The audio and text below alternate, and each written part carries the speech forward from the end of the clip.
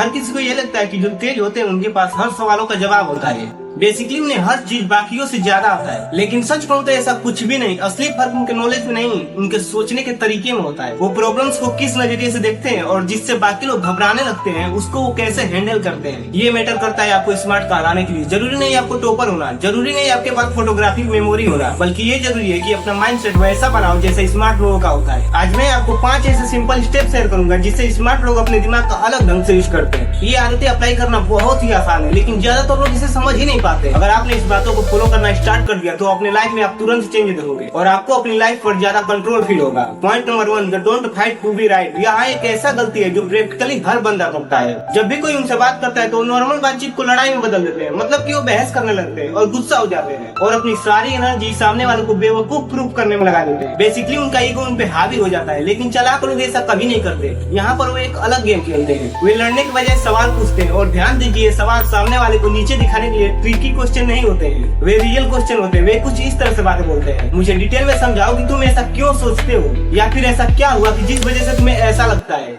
चालाक लोग आर्ग्यूमेंट को जीतने की कोशिश नहीं करते, बल्कि उस सिचुएशन से कुछ न कुछ सीखने की कोशिश करते हैं। सामने वाले को फोर्स से टकराने के बजाय आप जिज्ञासा दिखाते हैं। और आपको पता है कि इसका सबसे क्रेजी पार्ट क्या है? जब आप लड़ाई छोड़कर पूछना स्टार्ट करते हो तो लोग एक्चुअल आपका बात सुनने लगते हैं, वो रिलैक्स होते हैं, तब आपसे खुलकर बात करने लगते हैं, तब जाके रियल बातचीत होता है। स्मार्ट लोगों को एक बहुत ही बड़ा साइकोलॉजिकल सीक्रेट पता होता है। आप अपनी बातों को जबरदस्ती किसी को मनाने को मजबूर नहीं कर सकते, पर आप उनसे सही क्वेश्चन पूछकर उन्हीं के आइडियाज को डीपली एनालाइज करने में हेल्प करते हो तो कई बार खुद ब खुद अपना नजरिया चेंज कर लेते हैं। Point number 2, the see the big picture. एक नॉर्मल इंसान किसी छोटी प्रॉब्लम से फंस जाता है, किसी टेस्ट में फेल हो जाता है तो उसे लगता है कि वो किसी के काम लायक नहीं है। किसी ने कुछ बोल दिया तो उसे लगता है कि दुनिया खत्म हो गई और वो पैनिक करने लगता है। पर एक मेंटली स्ट्रॉन्ग स्मार्ट आदमी ऐसा कभी नहीं करता। एक खराब दिन या फेलियर को अपनी किस्मत नहीं मानता। वो इमोशन को साइड रखता है और पैटर्न देखता है। वे खुद से कहता है कि शायद मेरे काम करने का तरीका ही गलत था, मुझे शायद और प्रैक्टिस करनी चाहिए थी। वे किसी भी फेलियर को इस बात का प्रूफ नहीं मानता कि वो अच्छा नहीं है। वो उसे सिर्फ और सिर्फ इन्फॉर्मेशन की तरह देखता है। वे सोचता है कि मैं इससे क्या सीख सकता हूँ, अगली बार नया मैं क्या ट्राई करूंगा।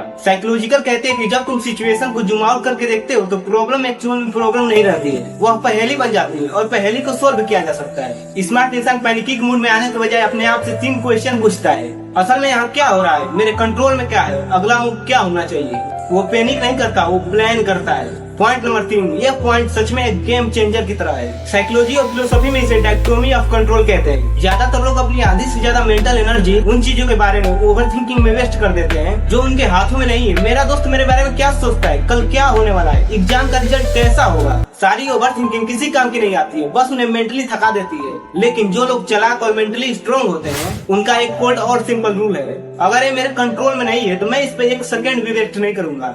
इसके बजाय उनका फोकस बिल्कुल एक लेजर की तरह वहाँ होता है जिसको ये बदल सकते हैं। वे वेदर को कंट्रोल नहीं कर सकते लेकिन अम्ब्रेला ले जाना उनके कंट्रोल में है। वे लोगों की राय को कंट्रोल नहीं कर सकते लेकिन उनके आदतों और उनके एक्शंस को कंट्रोल कर सकते हैं। वो किसी एग्जाम की फाइल, रिजल्ट या जॉब इंटरव्यू की डिसीजन चेंज नहीं कर सकते, पर अपना 100% प्रिपरेशन में देना उनके हाथों में है। जब आप माइंड स्टेट में आ जाते हैं तब आपकी एनर्जी इतनी बचती है जितना कि आप सोच भी नहीं सकते। और यही बची हुई एनर्जी वो लोग अपने लाइफ को अपग्रेड करने में और प्रॉब्लम्स को सॉल्व करने में लगा देते हैं। पॉइंट नंबर 4, वो खामोशी को एक हथियार की तरह यूज करते हैं। ज्यादातर लोगों को किसी भी कन्वर्सेशन के बीच आने वाली खामोशी से घबराहट होने लगती है। जब भी बातचीत में एक छोटा सा भी पॉज आता है तो जल्दीबाजी में कुछ न कुछ बोल देते हैं। उनके दिमाग में जो पहली चीज आती है वह बिना सोचे बोल देते हैं। वे सिर्फ बोलने के लिए बोलते हैं। लेकिन स्मार्ट लोग खामोशी के साथ बिल्कुल कंफर्टेबल होते हैं। खामोशी असल में लोगों की ध्यान अपनी तरफ खींचती है। जब आप जवाब बोलने से पहले थोड़ा सा पॉज लेते हो तो सामने वाले को लगता है कि इनका जवाब बहुत इंपॉर्टेंट होने वाला है। जब आप बिना टोके किसी की बात ध्यान से सुनते हो तो लोगों को लगता है कि इनके बातों में कुछ वैल्यू है। आपने नोटिस किया होगा कि शांत लोग अक्सर शोर मचाने वाले लोगों से ज्यादा क्लेवर होते हैं। ऐसा इसलिए नहीं होता क्योंकि उनके पास बाकियों से ज्यादा नॉलेज होता है, बल्कि इसलिए होता है कि वे अपने शब्दों का चुनाव बहुत ही केयरफुली करते हैं। एक प्रैक्टिकल ट्रिक यूज करो। अगली बार जब आपसे कोई सवाल पूछे तो आप तुरंत रिएक्ट मत दो। अपने दिमाग में 3 तक काउंट करो, उसके बाद बोलो। आप खुद हैरान रह जाओगे कि आपका आंसर कितना ज्यादा शार्प, मैच्योर और इम्पैक्टफुल बन जाएगा।